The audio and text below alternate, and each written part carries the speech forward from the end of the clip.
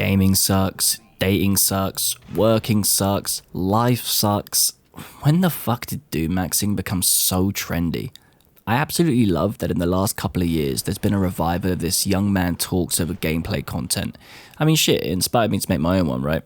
But one thing I didn't quite vibe with is that a lot of them are just so damn negative, bro. I'm not saying they don't have a right to be. I understand we live in some pretty tough times right now, right? The virtual world is more appealing than the real world. Wage slavery is definitely a thing, and don't even think about buying a house. It's natural to be angry, but to sit there and just play victim to the system? Like, come on, bro. If you tell yourself life sucks all the time, or even worse, you consume content telling you it does, your brain's going to seek confirmation of that in everything. And if you want to live your life doommaxxing, that's fine. Who am I to tell you what to do? But dragging others down with you and ridiculing people trying to better themselves, that is absolutely shameful, and it's something I refuse to tolerate. And while I'm not claiming to have all the answers, I'm hoping by sharing my perspective on things, I can maybe get you and some other young men out of this everything sucks rut and help you realize that you absolutely do have the power to make changes in your life. So let's start with this old gaming sucks point. I mean, it's such a common point. I've seen this regurgitated online so many times. We love to shit talk companies. We love to say that gaming's getting worse, even though the player base is constantly rising and games are objectively getting better. We love to absolutely shit on this whole industry. Unless it's an indie game, like any small developer, we like to compliment, right? But we need to ask ourselves, what are we actually looking for these days when we play games? Are we looking to relax? Are we looking to like sit back and chill? Or are we actually just chasing nostalgia from our fucking early kids and teen days, right? I hate to break it to you, but if you're in your 20s and 30s like me, and you're just using games to chase nostalgia, you're going to feel pretty empty every time you do that, completely unsatisfied. Here's the message from me to older me. Do you deserve to be happy when you sit there playing games for fucking... Dude, sometimes I'd play these games for 10 plus hours a day, I'm not even kidding. Do I have more important things that I should be doing? Am I fulfilling a higher sense of purpose? No. Then why am I wasting all this time playing games? I use the word wastely like pretty loosely here. I don't think you're truly wasting time when you play games, but I think if you're putting in 10 hours, like even 6+ hours a day playing these games, then yeah, I think you need to stop running from what you're actually trying to look for in life. Now, don't get me wrong, I'm in the trenches too, brother. I was an overweight, degenerate stoner gamer, you know, working the same shit job forever. I had a crippling addiction to League of Legends, bro. I got like 3 or 4 accounts permaban on that fucking game.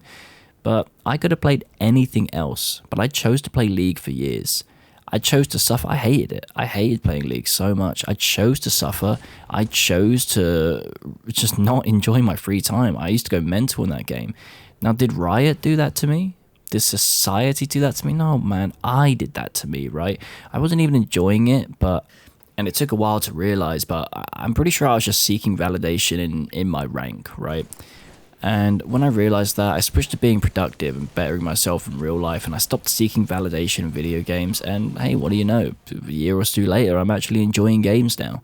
Like, I understand the irony behind talking about nostalgia when I'm literally playing Halo 3 and Halo Reach, but dude, I can actually enjoy PvP games now, and I'm telling you, for years I couldn't, because if I wasn't winning, I would just lose my shit, bro. So you just have to stop finding validation in these things, and stop chasing nostalgia. Working sucks. Now, I kind of get this point, right? Our parents could work and they could just easily get a normal salary, put a mortgage down on the house in a few years, and then they're on the housing market forever, right? Yeah, we can't do that. We work 30, 40, sometimes 50+ hours a week and still live paycheck to paycheck, the definition of wage slavery. And this hurts even more if you're one of those people that, you know, followed the system, got good grades, went to uni, and then just got shafted by society because you can't get employed and now you're in tens of thousands of debt. We have every right to be angry. I totally agree with that. But it doesn't give us the right to justify doommaxxing. Just take this job, use it to cover your bills, and spend your free time developing a high-level skill and developing yourself in general. Now, look, I know it's easier said than done, right? I'm not saying this is an easy thing, because I get it as well. I'd work 5, 6, 7 days a week sometimes, and I'd be so exhausted, bro. All I wanted to do was just come home, play an RPG, get stoned, and fucking eat fast food, you know? I wanted to escape life. Yeah, it's true. And I don't demonize myself for it, but I need to understand and acknowledge that it was running. I was running from my problems. But I realized one day, I was like, I've been through this cycle so many times now, bro. And if I stay here, nothing is ever going to change. So I started looking for opportunities. I started being a bit more productive. I surrendered to the necessity of my job, which I think is really important because I used to get very, very triggered at work, right? But now that I understand that it's just a means to an end for me, it becomes a lot more manageable to do. And I started, this is the main thing personally, I started sacrificing my life for future me. I started giving future me a reason to look back and smile for all the fucking suffering that I put into just grinding, right? I know it's hard, I know. But look, we're not kids anymore, bro. We got to stop crying. We got to stop infecting the internet with this fucking doomer mindset, because what that does is it comes full circle and it ends up finding these like teenagers and other people in their young 20s, and then they'll see it and say, oh, well, look at this 30-year-old. He's saying the same shit that I'm thinking. I am doomed. I'm just a victim.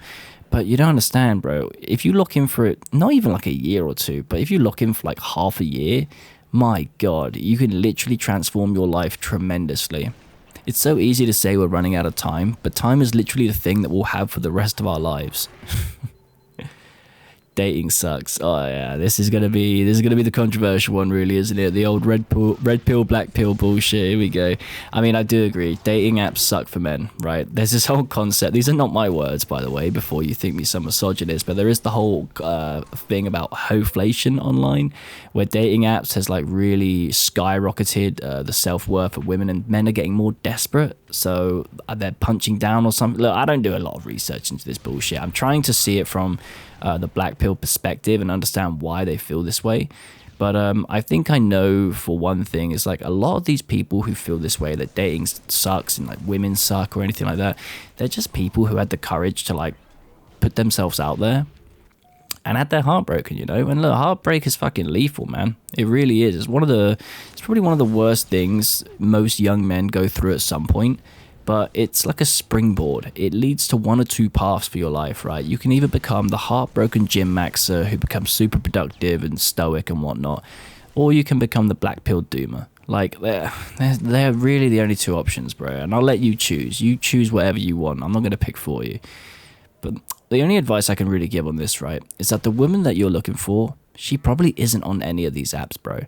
And if you met her today, would you even be ready? Would you be able to like talk to her, converse with her, approach her? Or are you so socially awkward from being like a shut-in and fucking gooning all the time, bro, that you probably wouldn't even be able to talk to her? Hey, don't get me wrong. I'm not ridiculing you, bro. I'm in the exact same boat. Like, I was there for a long, long time.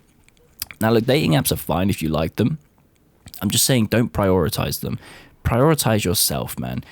You gotta look good. Go to the gym. You got to be able to articulate yourself. Be more eloquent, brother. You're not some fucking child.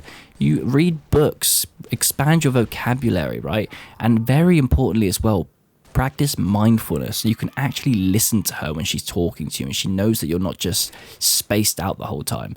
Which, by the way, this isn't just for women. This is actually just for most people around you. Just being able to communicate is a skill that nobody actually tries to develop consciously. So most people are really shit listeners and actually not fun to talk to whatsoever. So have some pride in yourself, right? Be someone that people want to be around. And for fuck's sake, stop gooning. Bro, stop gooning, bro. You know that feeling that builds up inside you whenever you goon. You project that onto people whenever you feel that shame, right? Body language is very readable, and you are projecting that into the world whenever you walk outside after a fucking goon sesh. So become the ideal version of yourself, and I don't mean for other people. Do it for you, man. Become the ideal version of yourself for you, and then people will become attracted to you, not the other way around, right? I know how it feels because I spent the whole of my 20s just insecure, right? I had a good social life actually, but I always feel like I was kind of clingy and needy and just kind of awkward. And I think it's because I was just putting people on pedestals for my whole life, right? I idolized my friends and I would idolize like any girl that I spoke to.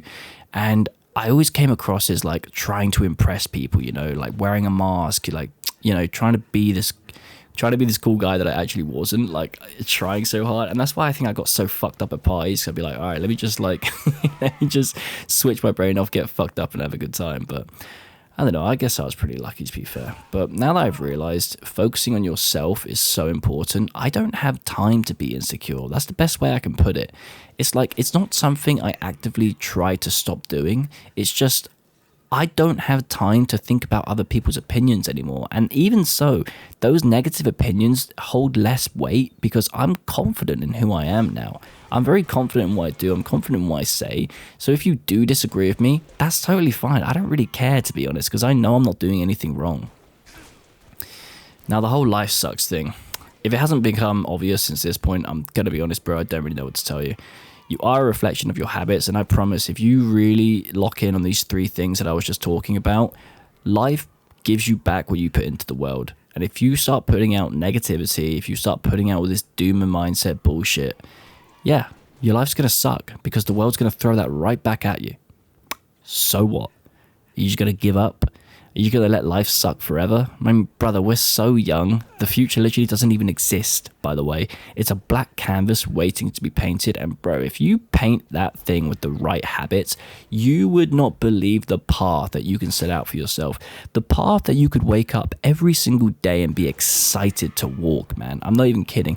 The path that when you look in the mirror in the morning, right, and you look at the man in the mirror and you go, holy fuck, is that me? Like, who the fuck is that guy? You could get that, bro. You could get that, but you don't see it. You don't see what I see.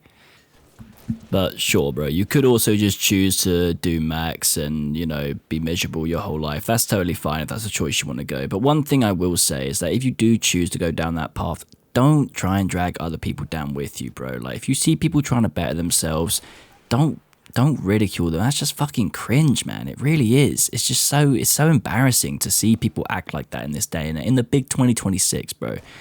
That is very embarrassing.